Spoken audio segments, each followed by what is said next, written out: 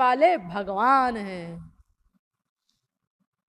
तो जितनी बड़ी शक्ति किसी जड़ चीज में प्लस होगी, उस जड़ शक्ति की शक्ति भी उतनी बड़ी हो जाएगी। देखो एक लाठी है, वो जड़ है, हाँ कुछ नहीं कर सकती, हाँ कुछ नहीं कर सकती, पड़ी है तो पड़ी है। लेकिन अगर ये किसी के हाथ में आ जाए तो मर्डर भी कर सकती है। किसके हाथ में आती है, उस हाथ में कितनी ताकत है, उतनी हाथी ये लाठी की ताकत हो जाएगी उसी हिसाब से। तो ऐसे ही माया जड़ शक्ति है, लेकिन भगवान की शक्ति से गवर्न होती है ये माया, और भगवान की शक्ति अनंत है। इसीलिए चूंकि भगवान को कोई नहीं जीत सकता, इसीलिए माया को भी कोई नहीं जीत सकता, क्योंकि अनंत भगवान की अनंत शक्ति पा करके माया भी अनंत शक्तिमती हो गई। इसीलिए इसको कोई जीत ही नहीं सकता। इसीलिए ज्ञानियों का पतन हो जाता है, यह कारण है। बार बार पग पग पर गिर जाते हैं, क्योंकि अपने बल पर वो माया को जीतना चाहते हैं, भगवान तक पहुंचना चाहते हैं। लेकिन भक्त शरणागत होता है भगवान के, भक्ति मार्ग शरणागति का है। तो जब भगवान के शरणागत होता है तो फिर भगवान को उसका योगक्षेम वहन करना पड़ता है। इसीलिए भगवान गीता में चैलेंज करते हैं, कौन्तेय प्रतिजानीहि न मे भक्तः प्रणश्यति। 9वें अध्याय का 31वां श्लोक। अर्जुन, मैं चैलेंज पूर्वक कहता हूं, मेरे भक्त का पतन नहीं हो सकता। देखो भगवान ने न मे भक्तः प्रणश्यति, भक्त शब्द का प्रयोग किया है। न मे कर्मी प्रणश्यति ऐसा नहीं कहा, न मे ज्ञानी प्रणश्यति ऐसा नहीं कहा, न मे योगी प्रणश्यति ऐसा नहीं कहा, न मे भक्तः प्रणश्यति, मेरे भक्त का पतन नहीं होगा, क्योंकि उनका ठेकेदार मैं स्वयं हूं। अनन्याश्चिन्तयन्तो माम ये जनाः पर्युपासते तेषां नित्याभियुक्तानां योगक्षेमं वहाम्यहम्। गीता 9वें अध्याय का 22वां श्लोक। जो मेरी अनन्य भाव से भक्ति करते हैं, मेरे शरणागति करते हैं, उन भक्तों का योगक्षेम मैं स्वयं वहन करता हूं। देखो गीता में भगवान ने एक स्थल पर अपने को पक्षपाती सिद्ध किया है। समोहम सर्वभूतेषु न मे द्वेष्योस्ति न प्रियः। आप कहेंगे पक्षपाती कहां सिद्ध किया? इस लाइन का तो मतलब यह है कि भगवान कहते हैं, अर्जुन मैं समदर्शी हूं, ना मेरा कोई शत्रु है, ना मेरा कोई मित्र है। 9वें अध्याय का 29वां श्लोक। मैं समदर्शी हूं, तो ये पक्षपाती कहां सिद्ध कर रहे हैं? अरे इसकी अगली लाइन पढ़िए ना।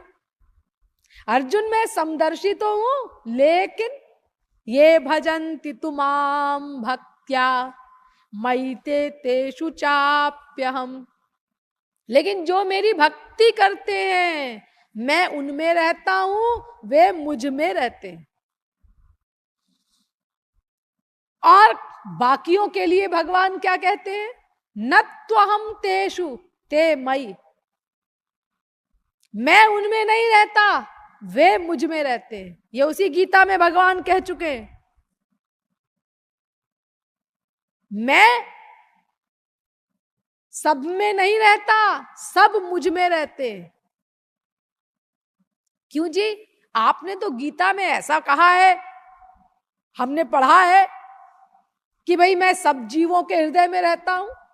ईश्वरः सर्वभूतानां हृद्देशेर्जुन तिष्ठति।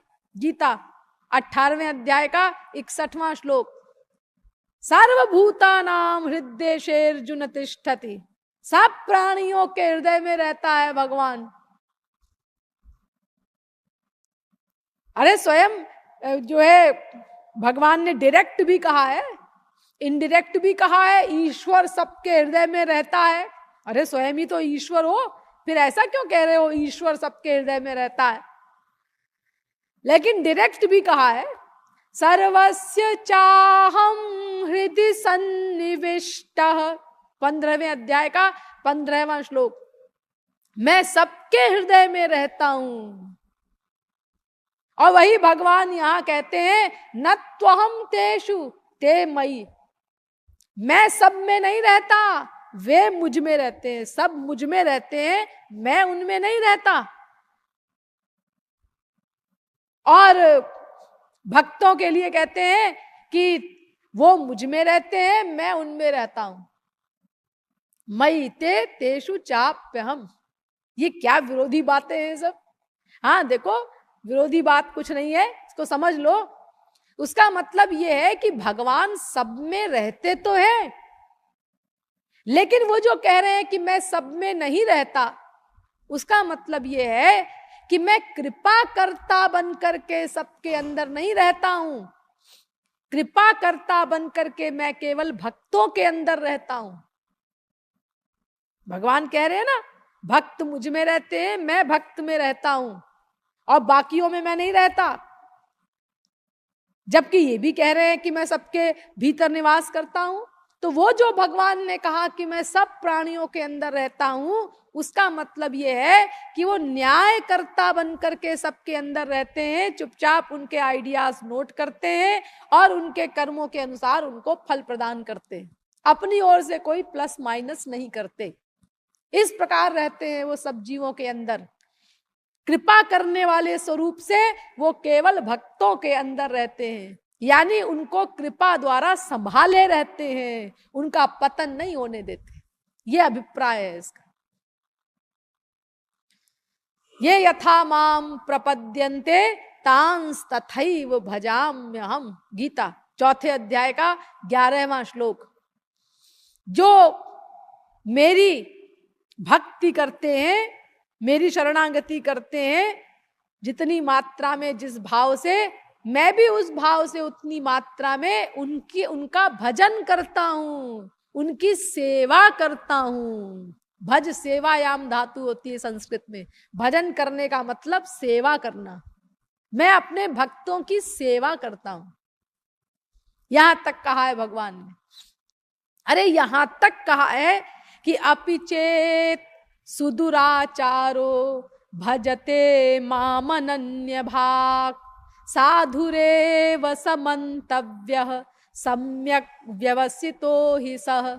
9वें अध्याय का 30वां श्लोक है ये गीता का।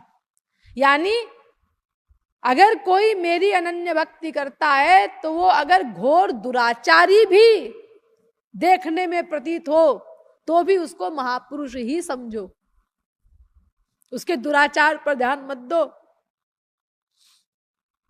ये भी कहा है भगवान ने। और देखो